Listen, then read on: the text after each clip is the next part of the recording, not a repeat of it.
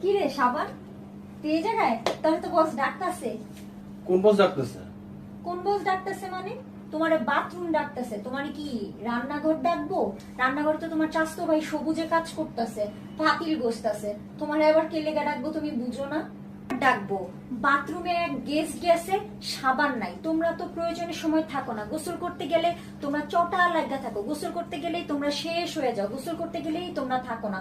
তোমরা তো পরে ওয়ালের মধ্যে চাষ করে এমনি করে আটকায় দিয়া তারপরে মানুষ হাত ঘষে। হইছে ন্যাকামিটা এবার বাদ দে, তোদেরকে না সব জায়গায় পাওয়া যায় না, বরঞ্চ আমরাই সব জায়গায় সাপোর্ট দিয়ে আসি। কেন পাওয়া যায় না জানিস? কারণ আমরা এক্সপেন্সিভ।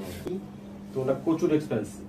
মাসে 26 দিনের মাথায় তোমাদের সবকিছু শেষ হয়ে যায়, পরে বাকি মাস হচ্ছে গিয়ে তোমাদেরকে পানি দিয়ে জ্বালাতে হয়। তোমাদের সাথে খালি আমাদের কিসের তফাৎটা? খালি নামের তফাৎটা, আর কিছুই না। শুনো শুনো সাবান, একটা কথা বলি।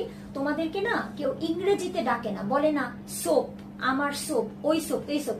আর আমাকে কেমনে ডাকে জানো? Hand wash. আমার নামে ইংলিশ আছে, ইংলিশের তো একটা কদর আছে নাকি? আর এই যে তোমাদেরকে সাবান, তোমাদেরকে মানুষ কি করে? ছোট্ট সাবানটাকে ট্যুরে নিয়ে যায়, যেন ব্যবহার করে ওইখানেই ফেলে আসতে পারে। আর আমাদেরকে বড় বড় হোটেল 5 স্টারে তোমরা পাবা। আর তোমাদেরকে বিয়ে বাড়ি, সুন্নতে খাতনা, পাড়া প্রতিবেশীর এঙ্গেজমেন্ট, ওইখানে তোমাদেরকে রাখে চিটা। তোমাদের সবাই এমনি এমনি করে ডলে, আবার আরেকজন এসে ডলে, আবার আরেকজন কি চটচটে, কি খায়।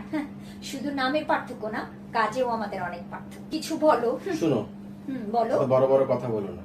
ইতিহাসের প্রথম থেকে না আমরাই আছি। আমরা যেরকম মানুষকে কাপড় ধোয়াই, ঠিক একইভাবে কিন্তু মানুষকে গোসলও করে। ঠিক আছে, এবার যাও।